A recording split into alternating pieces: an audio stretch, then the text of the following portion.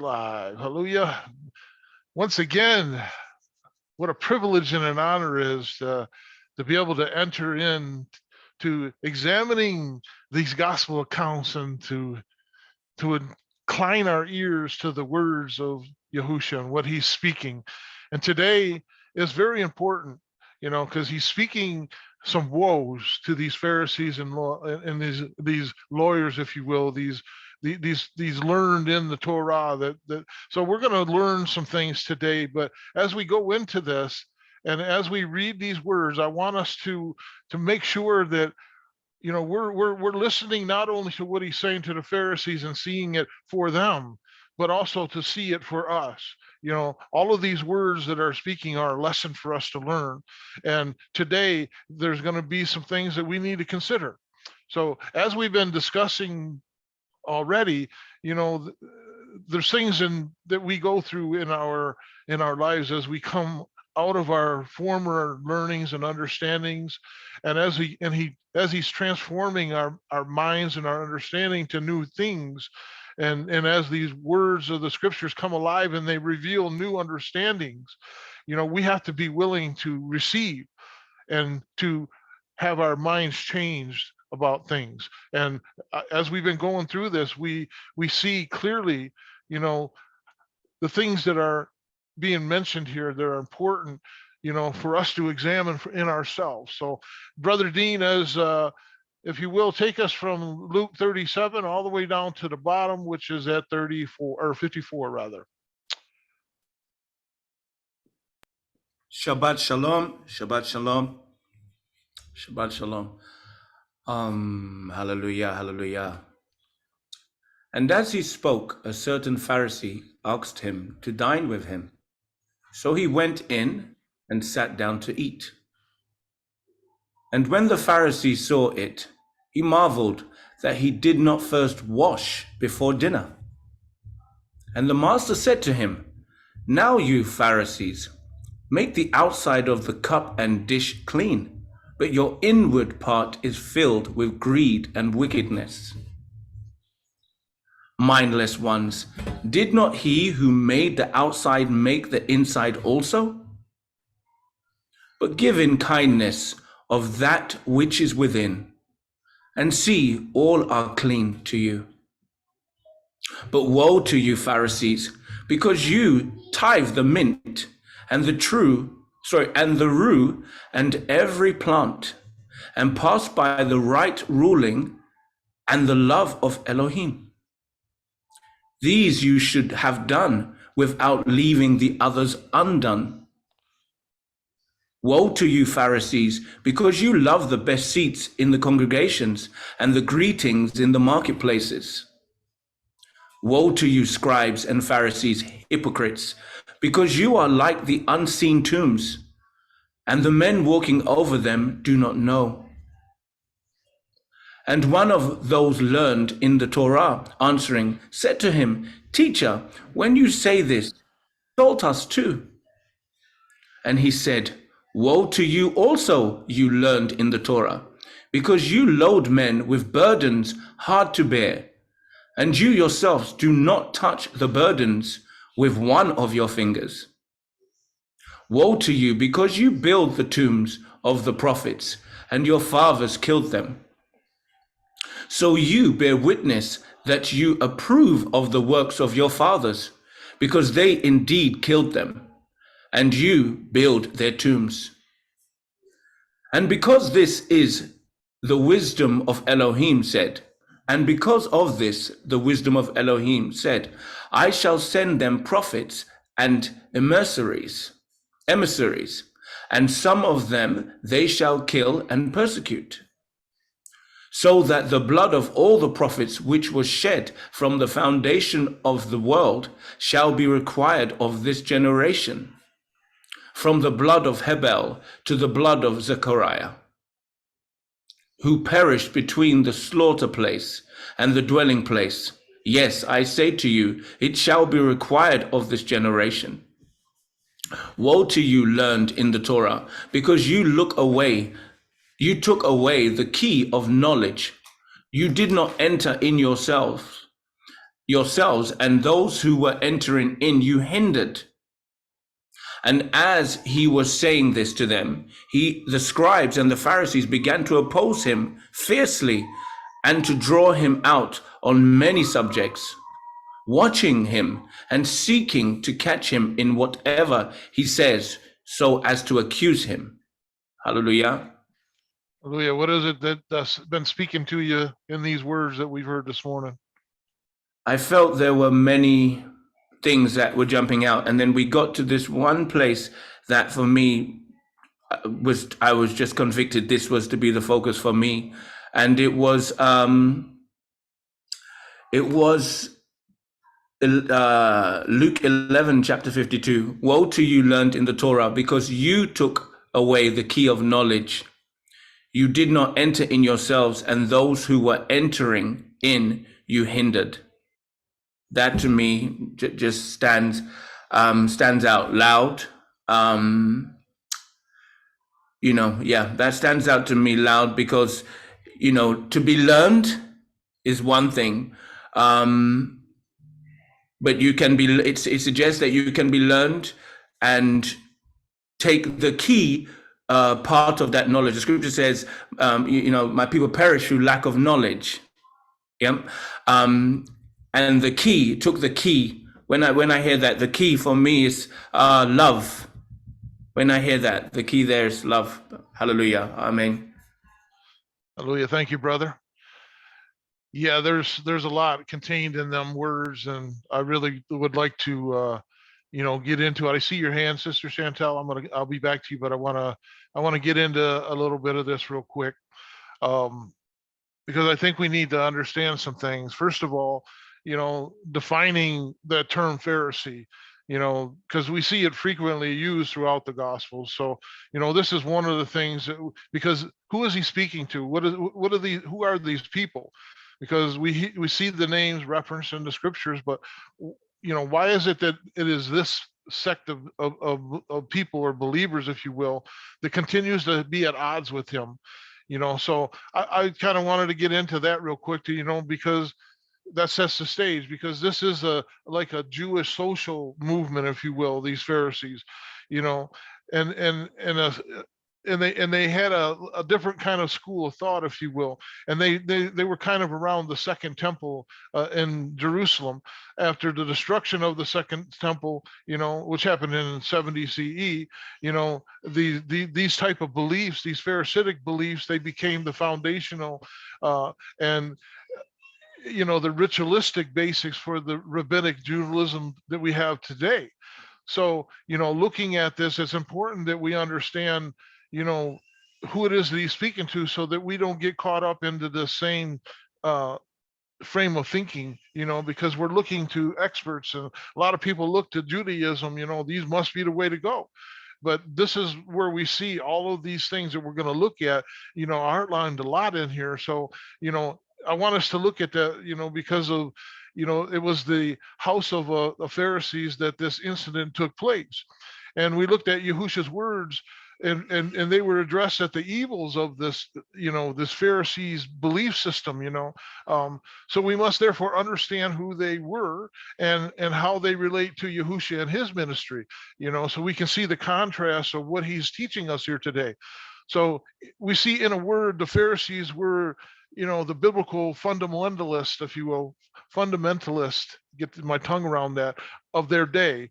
So the word Pharisees may very well be derived from a term which means to separate. So the origins of the Pharisees as a sect seems to have been in and around that second century, as I had mentioned, and they seem they became detached and distant from the political regimes. The zealots, for example, would have brought about change through revolution, where the Pharisees sought to produce a spiritual kadoshness, or holiness, if you will, and a spiritual reformation. So they recognized that Yisrael's condition was the result of sin. So specifically, a disobedience to the Torah. And a lot of us have that same kind of revelation, that there was misunderstanding about the Torah and what it means. So this is where they focus their attention. And it was their intention to identify, to communicate, and to facilitate obedience to, Yahuwah's Torah, his law, thus producing holiness in their minds and paving the way for the kingdom of Yahuwah to be established on the earth. So, their intentions or their thoughts, and what they thought their purpose was, in their minds was right, and it is for a lot of us in today's world as well. So to a large degree, the error of the Pharisees was an error with regard to the divine revelation. While they held to the Tanakh, or the Old Testament, to be divinely inspired, they came to dwell too heavily on the law aspect, or the Torah, if you will, to the neglect of the prophets. They came to dwell too heavily on the letter and not the spirit of the law. They concentrated too much on the details of the Torah and not on its design or its purpose. So in the final analysis, it was not the actual written Torah which was their primary focus, but on the oral law, on their many interpretations of the Torah, which were written in many volumes. And the written Torah became a secondary importance, while their traditions became primary. So in those places where the traditions of the Pharisees contradicted the written law, the traditions prevailed. And we see that spoken of in Matthew 15, 1 through 11. So the relationship between the Pharisees and the written Torah of Yahuwah in the Tanakh is something like that of the present Supreme Court, if you will, of the United States to the Constitution of the land. And quite honestly, the interpretations of that court are hardly related to the original Constitution of our land. So, the intent of the framers is not being sought today, so the present values or structure and interpretations dictate the law of the land, almost in spite of the original intent of the framers. And so we can see it in conjunction with our own laws and in our own day, how they're interpreting things completely different than what the original framers did. So we can see the same thing in within the Torah, or within the studies of these Pharisees and how they did. So as I have considered the Pharisees and their conflict with Yahusha, it seems to me that Yahusha had several major areas of conflict with them, and we're going to outline them and see what it is. So, the bigger picture is at hand. So first was their self-righteousness, their feeling that they were spiritually superior to others and pleasing in Yahuwah's sight. Second was their handling, or rather their mishandling, of the Tanakh, the Old Testament scriptures. And third was their traditions, to which they gave higher priority than to Yahuwah's revealed word. And the fourth was their resistance to himself and their efforts to discredit him and to turn the nation from him. So, Yahusha's rebuke of the Pharisees as a group should inform us that every group has its own tendencies towards error. We see that when he was speaking to the different assemblies or churches, if you will, and Revelations, the things that he had against them, so we all have our error, that we have to find what it is, and our own temptations and our own failures, because we all have them. And that's why we're working through them by examining the scriptures to see the errors in our thinking. So the thing which has struck me the most in my study of this text and the Pharisees is that this group is most similar to the evangelists, the conservatives of today. So the term fundamentalist is one which, is probably accepted by some and disdainfully bestowed on others. But by whatever terms we may choose to label ourselves, the Pharisees were that group of people in the Gospels which most closely resemble us. We think we're right in so many different ways, and we put so much emphasis on, doctrines, and when we come out of the church and we start to see all of these different doctrines and all of these different rituals that we see even outlined here, we can start to see what he's speaking to here. And he's not just speaking to the Pharisees of those days, but also to these days, so that we can learn from these words that were being spoken here. So, as well-meaning as these folks were, as correct as they were in so many areas of the fundamental truths, if you will, there were some of Yahushua's strongest adversaries. They did not recognize him as Mashiach. They rejected and resisted him. They played a big role in his rejection by the nation. See, the study of this group and of their errors has exposed by Yahushua should be the greatest interest to those of us who are so like them, if you will, where we came out of. And we have to have our minds renewed to these truths. And that's what Yahushua came to do, is to set, this word straight in our minds and our understanding. So let us therefore come to the text prayerfully, if you will, and have an open mind and hearts to what we're seeing here, these characteristics of these Pharisees and also of us. So as we look at Luke 11:37-38, we see that Yahushua had just finished speaking, and the Pharisees asked him to come to the house to eat. Now, we cannot discern from the text, what the motive of the Pharisees might have been for asking Yahushua to share a meal with them. I would have thought that Yahushua's words would have offended, the Pharisees, but they don't seem to. And what surprised the Pharisees was the fact that Yahushua did not wash prior to eating. And in our minds, that's all they're looking at, like washing our hands, but they're speaking of something different here. We do not know whether or not these Pharisees spoke to Yahushua about not washing. If not, then Yahushua would have responded because he knew his thoughts. We have to come to the second of those terms, which might be misunderstood, which is that word wash, which appears in verse 38. This is not that kind of wash up, if you will, which our mothers used to insist that we do before we could eat our meal. The washing, which is required by good hygiene, if you will, the soap and water. But the concern is not dirty hands, but ceremonial defilement. This was a washing that was required by the traditions of the Pharisees rather than by the Torah itself. So it's more clearly explained in the context of Mark's gospel, where we see the Pharisees and some of the teachers of the Torah who had come from Jerusalem gathered around Yahushua, and some of his disciples eating food with unclean, that is, ceremonial unwashed hands. See, the Pharisees and all of the Hebrews did not eat unless they would give their hands a ceremonial washing, hold up to the traditions of the elders, if you will. So when they come from the marketplace, they do not eat unless they wash.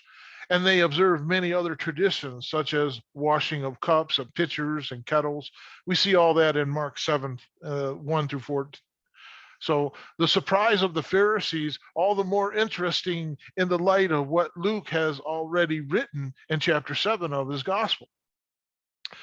There, Yahushua was also invited to dinner by a Pharisee whose name was Simon, and that was in verse 7, verse 40. So this is the occasion when Yahushua's feet were washed by the sinful woman who accomplished her task with her tears and her hair. So what is of interest to us that Yahushua point out in Simon that he had not greeted him with a kiss, washed his feet, nor anointed his head? See, this Pharisee, who would have not thought of eating without a ceremonial washing, and who apparently provided the means for Yahushua to wash ceremonially, did not provide him with the one washing he really needed. See, the Pharisees were meticulous in the matter of an unnecessary washing, but they were careless in the beneficial and practical ones. At least Simon was, and I find it hard to think that he was an exception. So it seems to me that Yahushua's failure to wash was purposeful and deliberate. The Pharisees would not have had to provide for ceremonial washing. It would have seemed that all of the others at the table that day, they would have excused themselves and have gone wash ceremonial, and only Yahushua remained. They may have waited politely for Yahushua to do so also, and only to realize that he was not going to happen. Yahushua began to eat without washing. He did not forget to wash as our children often do, but he refused to ceremonial wash, in my opinion. And up until now, Yahushua is never said to have refused such washing. So we do know, however, that his disciples were accused of not washing. We see that in Mark 7, where Yahushua may well have taught his disciples that these washings were not necessary, and they may have ceased from doing them if indeed that they really ever did wash it this way.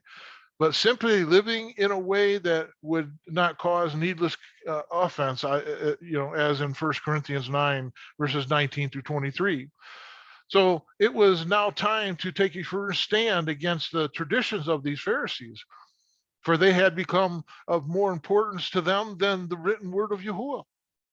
So Yahusha seems to have deliberately refrained from washing here to make a point, to demonstrate the difference between him and his teachings and his practices and that of the Pharisees.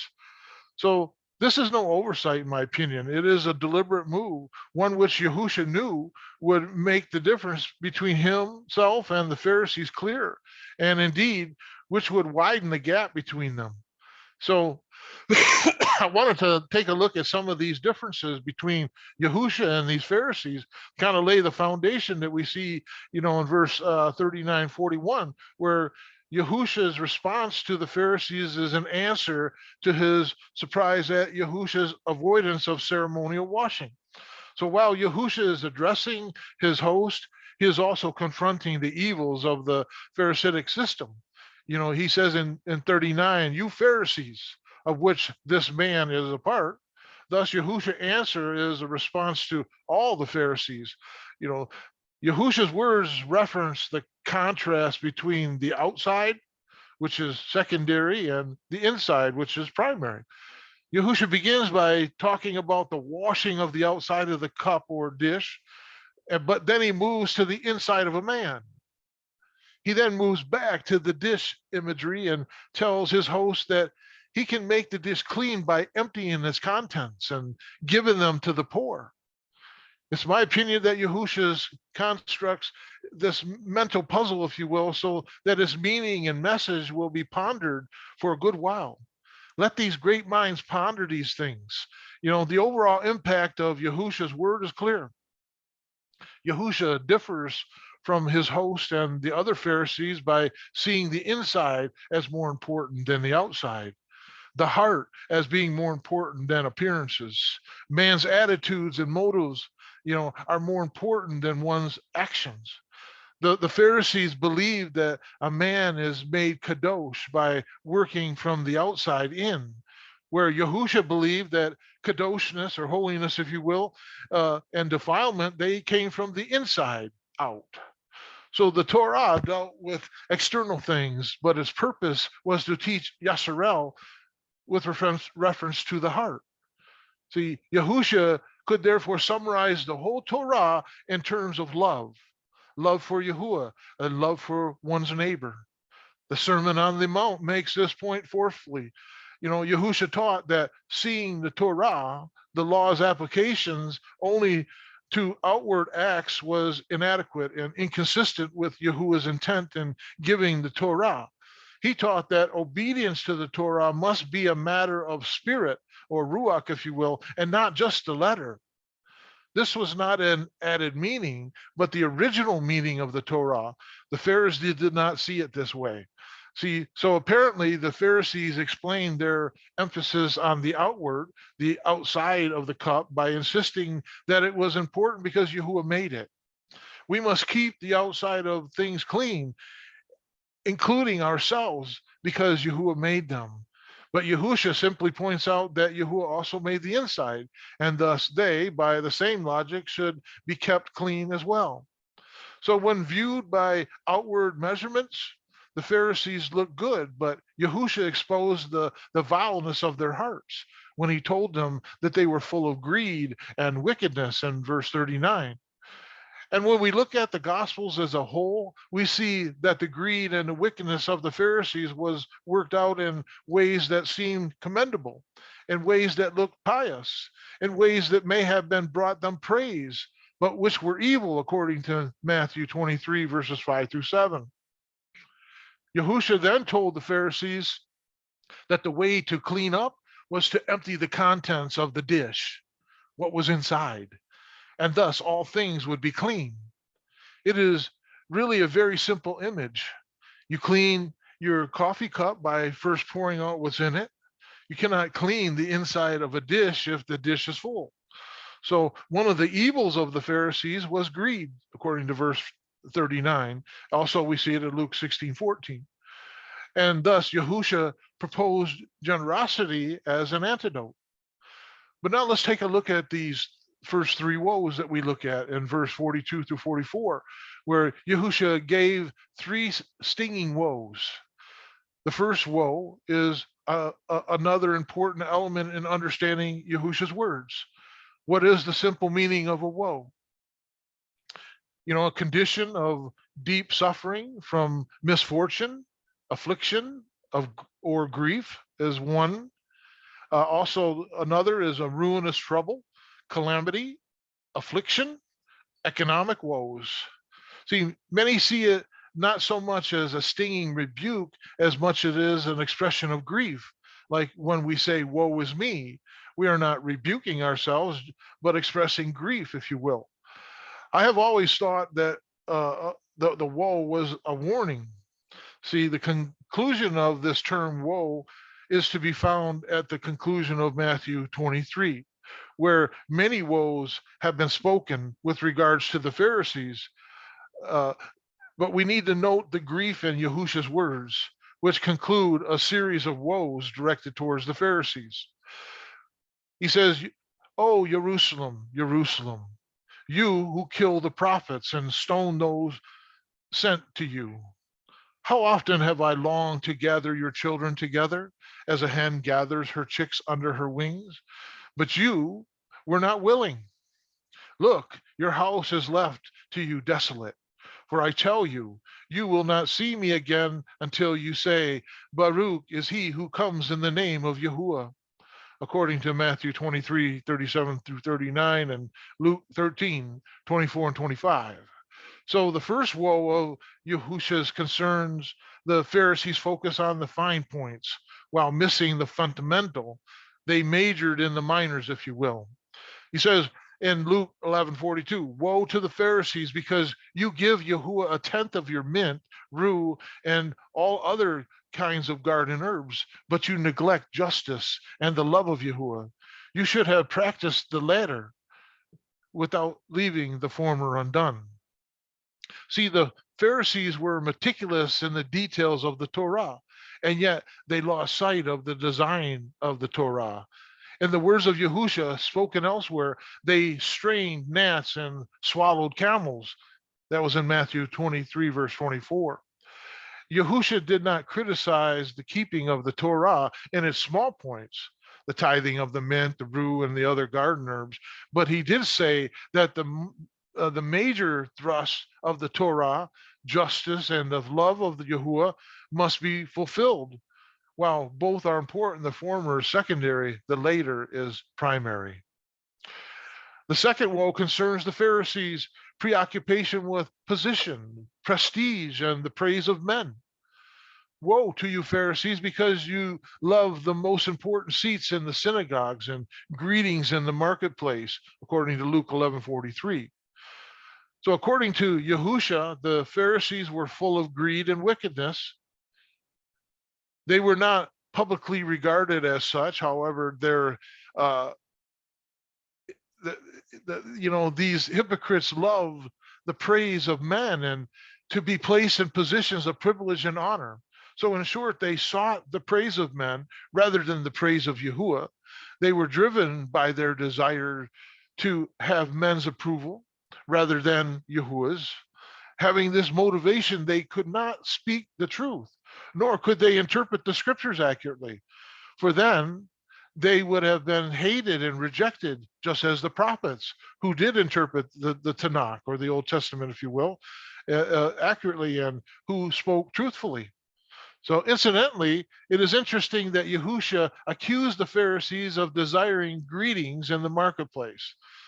It was in the marketplace that they would have contacted with those they considered unclean, and probably those from whom they received honor and praise. It was this very defilement which in their minds necessitated the ceremonial washings, which they so diligently observed. We also can look at the third woe. It is the most painful and pointed, if you will. Yahusha accused the Pharisees of being a source of defilement rather than of purification. Where we see in Luke 11:44, it says, "Woe to you, because you are like unmarked graves, which men walk over without knowing it." See, in the Torah, which the Pharisees revered, Numbers 19:16, the Yasharites were taught that a person was rendered ceremonial unclean by coming in contact with the grave. See, the Pharisees thought of themselves as kadosh, and that they saw their contributions as leading the nation in the direction of holiness, if you will. But Yahusha told them that the exact opposite was the case. They were themselves both unclean or sinful and defiling to others. Those who came in contact with the Pharisees were thus rendered unclean. That which the Pharisees prided themselves in being and doing was the very opposite of the reality of the matter. Here was the most stunning blow of all of the self-righteous Pharisees. Then we see the three woes that were directed at the experts in the Torah, the lawyers, if you will, which we go from 46 to 52. See, the final term which we must define is expert in the Torah, lawyers, if you will. See, the problem with this term is that it conveys an inaccurate picture of these men who were not lawyers at all, as we know them, if you will. But if the Pharisees were the laymen of the group committed to practicing and producing holiness, but were failing, of course, the experts in the Torah or the law were the clergymen.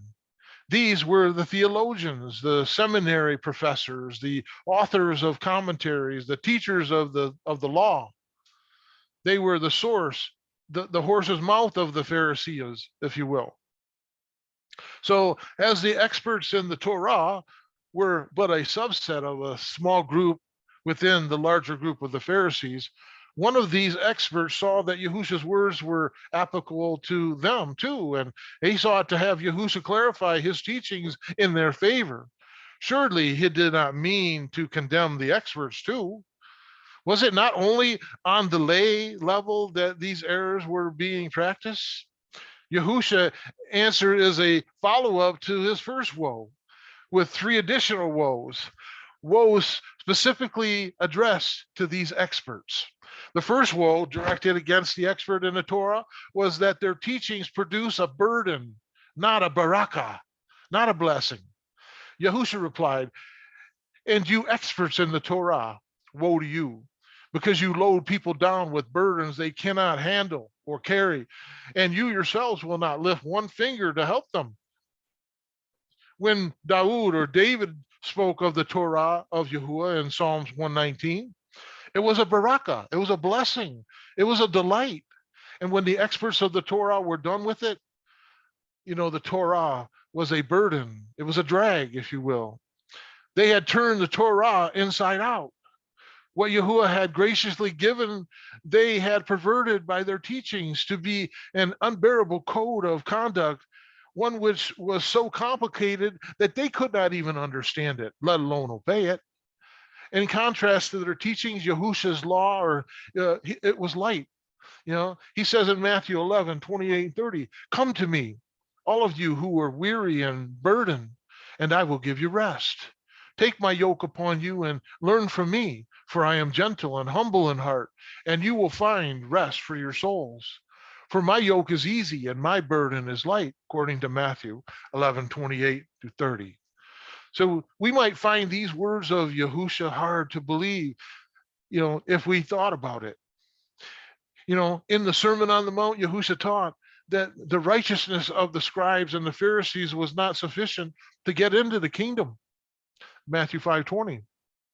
He explained that he had not come to abolish the Torah, and from his interpretation of it, we would have to say that his interpretation of it was even harder to obey than that of the Pharisees. But the Pharisees' teaching forbid murder, but allowed for hate. Yahusha's teaching condemned both. The Pharisees' teaching forbid adultery, but did not condemn lust, where Yahushua's teaching condemned both as sin. See, Yahushua's interpretation of the Torah was not more liberal or easy to obey. So how then can Yahushua say that his burden is light? Note, the first of all, that Yahushua said that he was gentle and humble in heart in Matthew 11:29. So the hearts of the Pharisees, on the other hand, were full of wickedness and greed, Luke 11:39.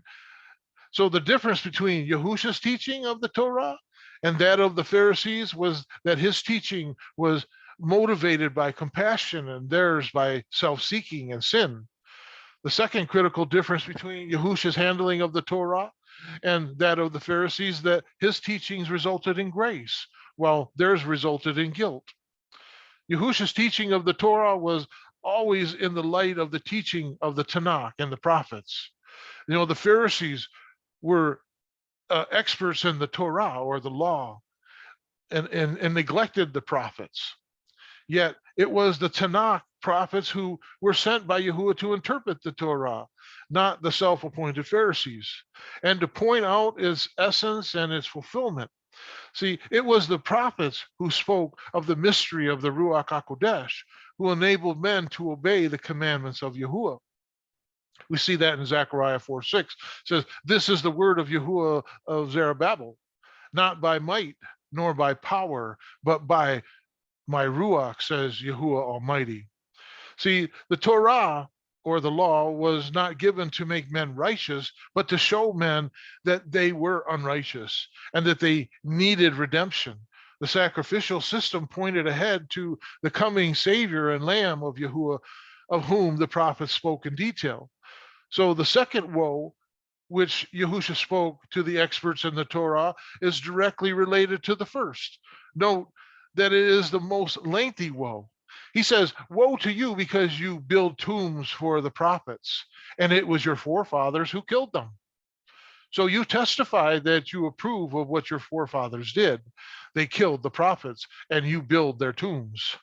Because of this, Yahuwah, in his wisdom, said, "I will send them prophets and apostles, some of whom they will kill, and others they will persecute. Therefore, this generation will be held responsible for the blood of all the prophets that have been shed since the beginning of the world, from the blood of Abel to the blood of Zechariah, who was killed between the altars and the sanctuary. Yes, I tell you, this generation will be held responsible for it all." So we have already noted that the experts in the Torah and the Pharisees, they majored on the minors. They not only focused on the small details, missing the design, but they also focused on the law without the prophets. So the prophets were the ones who called Yasharel to the major matters of loving Yahuwah and men, of mercy and justice. In these words of woe, Yahushua shows us how strongly the Pharisees resisted the prophets. Not only did they reject the teaching of the prophets, they are guilty of being accomplices in their deaths. See, our first impression might be that the Pharisees built tombs for the prophets, which would seem to indicate that they accepted them as being from Yahuwah and their message as true. But our text, however, reads in such a way as to say that their building of the tomb for the prophets proves their hatred of the prophets.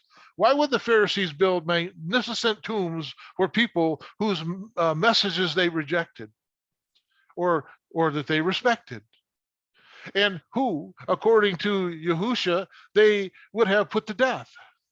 Have you ever been to a ceremony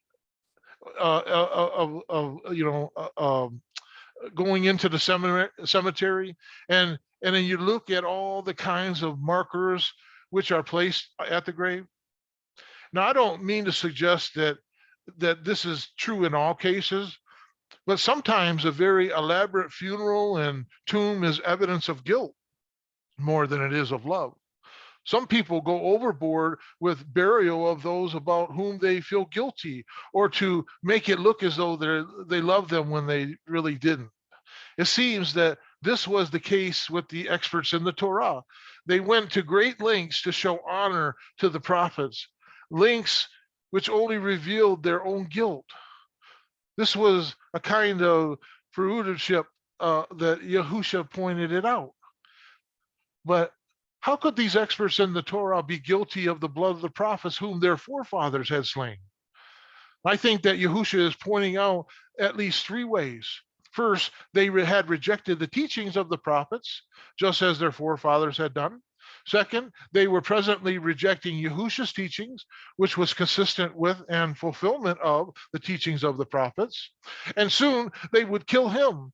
And third, some of those prophets and apostles who are yet to come, namely Yahusha's disciples, and after the death and resurrection of the Mashiach, will be rejected and persecuted and sometimes killed by them.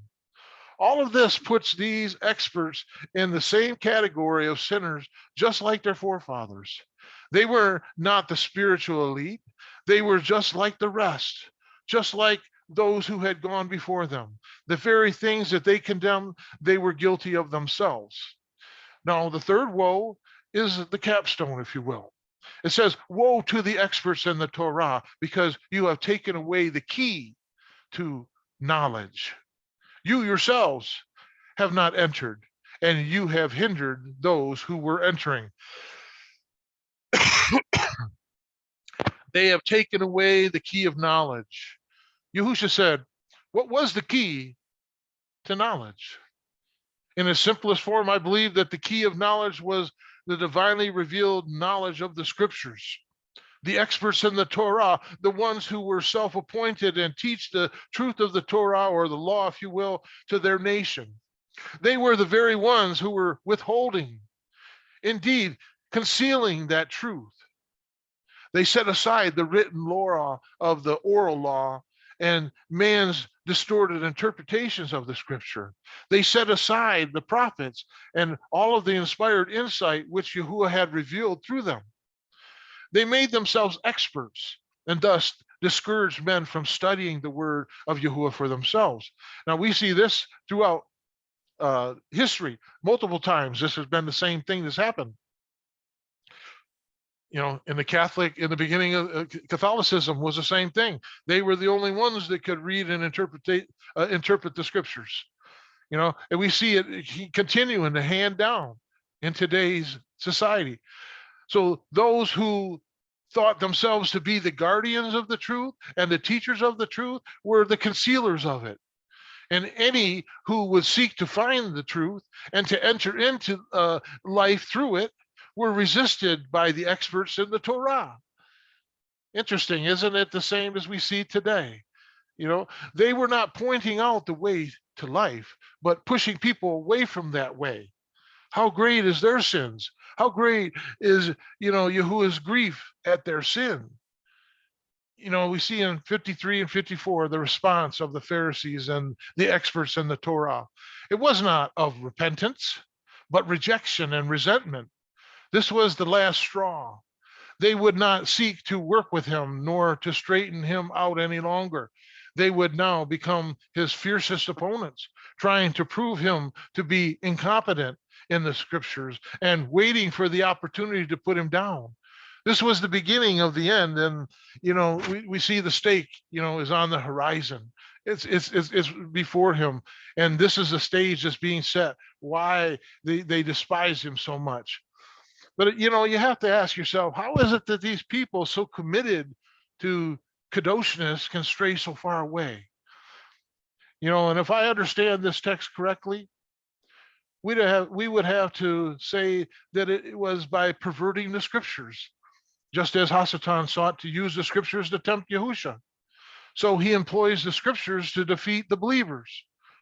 For those who hold the scriptures in high esteem, Hasatan seeks to distort their grasp of the scriptures. He accomplishes this by working to make Yahuwah's word merely a duty and not a delight, to make it a burden and not a barakah, or a blessing. So if the grace of Yahuwah can be overshadowed by man's guilt, if man's effort can be the focus rather than Yahuwah's, if the ministry of the Spirit can be set aside, then Hasatan has achieved his purpose. And if Hasatan can get our attention on but one portion of the scriptures, as the Torah was for the Pharisees, and not the whole of the scriptures, then we are sure to have a distorted grasp of Yahuwah's revelation. We say it on here many times. You got to know the beginning of the book to understand the end of it. It all is one continuous revelation and story that we have to understand. You can't just understand the beginning, or the end rather, and think that you're going to have it right. It's going to be distorted somewhere. Here we see, it can be even distorted in the beginning because men's interpretations get into it, and they start to put rules and regulations that are not found in the scriptures, which then therefore become burdens to those that are trying to walk it out. And it's very discouraging for those that are trying to walk it out. And it's also hard for them to let go of all of that when the truth is being revealed to them. I think that it's important that we really pay attention to all of these things that we're looking at here. And I look forward to hearing, your thoughts. And I see Sister Chantel, your hand's down. So I hope that your hand, or whatever your question was, or whatever your statement was, you can do that now if you'd like. Yes, to be honest, you actually answered the question that I was gonna ask about their unrighteousness, and when he was showing them their mistakes instead of them being humble about it. And they could actually be humble about it, check back with it with scriptures. They were so eager to prove their hypocriteness amongst him that they were actually just waiting for him to slip. But when he didn't slip up, then of course he still ended up proving them wrong. And it makes me realize something, that even in our day-to-day walk, right? Whenever we make a mistake and someone corrects us, like, how often do we get defensive about it? How often do we stop before getting defensive and say, you know what? Let me second guess myself. What I just did, is it right? Is it something that I shouldn't have done? And even in today's society, like especially amongst the churches, I've seen so much of this taking place. It's just not even like a surprise anymore. So it's like it's been happening back then, it's happening now. But like yeah, that's all I had to say. But you Hallelujah. answered all of it. So praise Yah for that. Praise Yah. It's interesting when you actually digest the words and what's being spoken to us. And if we can see clearly what's being spoken, and we can learn from that. What do you see, Brother JP? What did you get from this today? Yeah, hallelujah. My focus kept going to verse 42. And verse 42, and this is what it says in the NLT. It says, "What sorrow awaits you, Pharisees, for you are careful to tithe even the tiniest income from your herb gardens, but you ignore justice and the love of Elohim. You should tithe, yes, but do not neglect the more important things." And this word that I pulled it up in the Greek, it's the word krisis, which means by extension a tribunal, by implication justice. And it took me to the place where we have that word judgment. And so in the word judgment, and so I said, well, let me go and look at the Septuagint. I want to see the Septuagint in that as well. And what I found is that same word 29:20 is used in Leviticus 25 verse 18, where Yahuwah said, "And you shall observe all my ordinances and all my judgments," which is the word krisis, "and you shall keep and you shall observe them, and you shall dwell upon the land complying." So it's interesting because we see that in Exodus chapter 21, in those chapters, I think it's 21, 22, maybe even 23, where we see those judgments being made, and the understanding and given to us by Yahuwah, the judgments. And it's exactly that they weren't judging correctly. But more importantly, it said in verse 42 of chapter 11 of Luke, they passed over the judgment and the love of Elohim. And so that was like, it just magnified, and it was in line with what you were speaking, is that Some go so far to do certain things that are in the written word, but forget the spiritual understanding of what that is. Because I guess that'd be the question I would have to leave with everybody is, what is the love of Elohim? What does that look? What would that look like? Because that's where it's at. So I just wanted to leave that out there and praise Yahuwah that we continue to examine ourselves. Hallelujah. Hallelujah. Well, isn't it defined the love of Yahuwah is to obey and do his commandments, his statutes, his judgments? Those are the forefront because those, will guide our conduct and how we love him, number one, and, our fellow man, our fellow brothers and sisters, which is the second. That's what it all is founded around is the love of the Father and the love of our neighbor. And with that, if we were to keep that into context, all of the commandments would fall into line because you're not going to break those by loving your brother. You're not going to you're not going to kill, you're not going to steal, you're all of the things that are written in there. In the same way to the Father, you're going to you're going to revere him. He's going to have a position in your life, in your heart, that he's number one.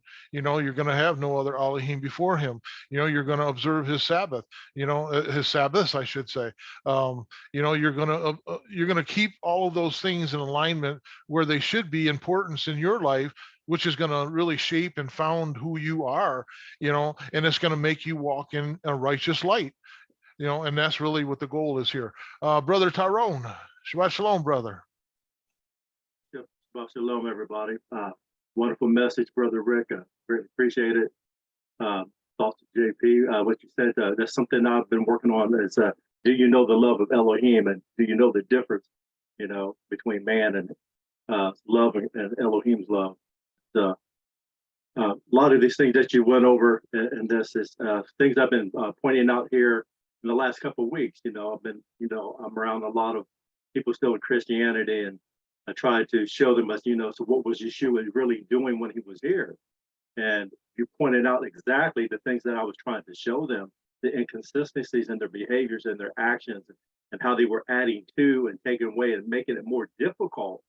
And I said, no, look at what we're doing today. Are we not also doing the same thing? So we have to set ourselves apart. We have to study this word for ourselves so we don't hear the noise and all the theologies and doctrines that are even added today. And this is just an eye-opener showing that the Father is still leading me and guiding me to speak his truth and not mine. And this here in the comments from everyone here, and this continues to show me that he's giving me that discernment that I need, and to walk and set myself apart, to keep his commandments, and they're not a burden. Even though man may make it and things have been added to, it's a delight. The Sabbaths are delight. Learning and coming together with my brothers and sisters here today, it's a delight. This is the things that we are missing and everything. So just thank you for this wonderful study and teaching today. Hallelujah. Once we get our eyes open to the truth of what he's revealing to us, we can make these adjustments. We really can. We can begin to repent, turn away from those, and let's get back on track. What's really important. If he's speaking to this religious sect, which we can now correlate to our time as well. There's so many people that have their own doctrines, because that's exactly what he was going against here. These traditions of men, the oral laws that they kept above the actual Torah, and the Tanakh, and their interpretations of it, they added so many things, and we have to now dissect it. We have to go through it all and to try to find out, okay, let's get rid of all of the added ons and let's make this cleaner. Just by saying that alone, you can already see there's burdens that are removed, and there's yokes that are being destroyed just by removing the things, the traditions of men, the doctrines that are of demons, these things that we're warned of in Scripture. Now we have our eyes open that we can actually see what he's warning us against, what he's teaching us. return back to the old ways, the ways of old, the Torah and the Tanakh. Open it up and look at it all in a whole, from the Tanakh, the Torah, all the way to the Brit Hadashah, and let's see what it all says. And when you do that, you're going to get a more clear understanding and direction that we have to walk. And praise Yah that our eyes are being open to the truth. Brother Paul. Shabbat shalom, brother. Shabbat shalom, everyone. Shabbat shalom. Yeah, I was drawn to same verses, brother JP, 42 and also 52. And I think, like, how I'm reading the chapter itself is that, they're washing their hands because, they probably think that they're keeping their temple clean. And it's about the inside, that's why he's probably asking them, do you know who makes the inside, inside as well as the outside. And he's sort of calling them out, if you like, and saying, you think you're right, you think you're clean, and you think you're, above judgment and the one to give judgment and everything else. But, these are your faults. These are the things, that you do. But in 52, what for me stood out was that he actually tells the lawyers that for you have taken away the key of knowledge. You yourselves did not enter, and you hindered those who were entering. So suggests they're hiding something in scripture and holding things back, truthful things in relation to, the equality of the people, if you like, everybody being equal, Yahuwah not being a respecter of persons. They sort of kept a level of power over the people by the sounds of things. Like if we look at a lawyer today, for example, we're not taught law as a curriculum in a school by any kind, unless we choose the subject, and we go to a lawyer to get advice to do with the system's legal system, which is all, as we know, not of Elohim. It's not of Yahuwah. It's all, made up law against humanity. But this is referring to the law of the Torah. And in the same way we would go to a lawyer and seek advice, people were probably seeking advice. And, how do I go about this? What do I do here? Tell me, what does this mean? And it seems to me like they were staying in a position of power, keeping people out of knowledge rather than sharing knowledge. Hallelujah. Most definitely, I agree with you. When you look at how this spells it out, he says you've taken away the key of knowledge. That's the understanding of the truth of the scriptures, because it's being perverted to their traditions versus what it's actually saying. And we see that same thing in today's churches. Somebody makes up a sermon and they preach this message that goes against what the scripture actually says. They're taking away the knowledge of that scripture. They're perverting it. And it also says that you have not entered in yourself. So you're teaching something that you don't even know. So therefore, how can you teach somebody? You're perverting it. Therefore, you're keeping that knowledge away from the people, them that are actually trying to enter in. They're being hindered because they're actually looking for the truth. And like you said, they're going to these as those that should be the ones that are the knowledgeable of the Torah, the lawyers, if you will, the experts on it. And if they give them false information, and they're, we already know that there's some of the other keys that have been removed by these same types of people are the names. We see that the name's been removed and changed. Those are some keys. So there's words that have been inserted that that cause people to have a different type of belief in something that the scriptures aren't really saying. There's so many examples that we could go through of what we're seeing expressed here that it has my attention, and I see that our discussion is pointing out these same kind of things that we all need to see and pay attention to. Brother Charles. Shabbat shalom. You hear me? Yes, sir. Shabbat shalom. Yeah. When I see verse 39, you're making the outside of the cup and the dish wanted to be clean, but it's the inside, right? So in Genesis 1:26, it says, "Then Elohim said, let us make man in our image, according to our likeness." And they give him the dominion and all that. And 27 says, so Elohim created man in his own image, and the image of Elohim he created female and male. So when you created in the image of Elohim, you're clean inside and out. You're supposed to be clean inside and out already. So you got to die to kill that flesh and wash the outside, being immersed in water and all those things. So therefore, whatever's inside will also be clean on the outside because it will reflect itself on the outside.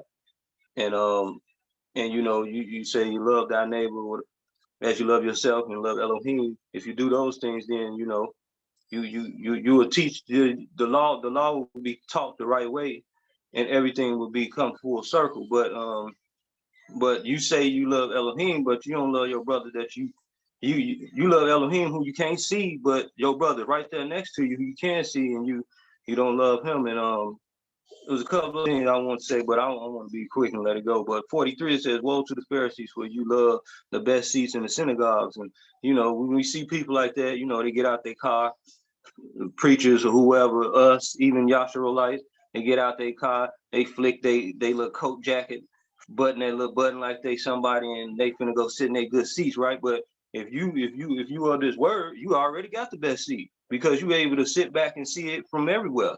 You got the best seat in the house, in the world. You're able to see everything. You're able to understand why this is going on and all that.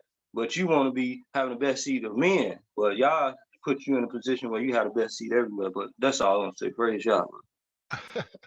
You crack me up, brother. But your words are right on. All righty, we only got a couple minutes, Sister Brittany. Shabbat Shalom. I liked a lot of the points that you brought out in your message, your teaching. I like how you brought out the distinction between the spirit of the law or the Torah versus the letter of the law, and how they kind of neglected the spirit behind Torah. And then also I liked how you brought out how the Torah's purpose to show us our unrighteousness and our need for redemption, which is, why Messiah had to come for us. And then the third point I noted was how you, one of the points you brought out was that Hasatan was seeking to distort the word of Yah and ultimately invalidate it, just like how he did, in the beginning in the Garden of Eden. And so I liked all of those points. I thought those were really important and key. And I guess what I was bringing out, or my takeaway point, was just that, we're not battling against flesh and blood, but against spirits and principalities. And that it's important, like there's such a need for us to have the discerning of spirits, because, the Ruach that was driving the Pharisees in that time is still present even in this hour in the last days. And so it's really important that we use and exercise discernment, because even outside of like the realm of Christianity, there's still spirits and like principalities that seek to influence us one way or the other. So those are pretty much my takeaway points. And lastly, just the scriptures that came to my mind were 1 John 5:3, "For this is the love of Elohim, that we guard his commandments, and his commandments are not grievous." And then for Romans 8:14, "For as many as are led by the Ruach Elohim, these are the sons of Elohim." Hallelujah. Hallelujah. Well, that is the end of our time of study today. Sorry, Brother Tyrone, but it's time for our announcements. So thank you all for your participation, and Shabbat Shalom.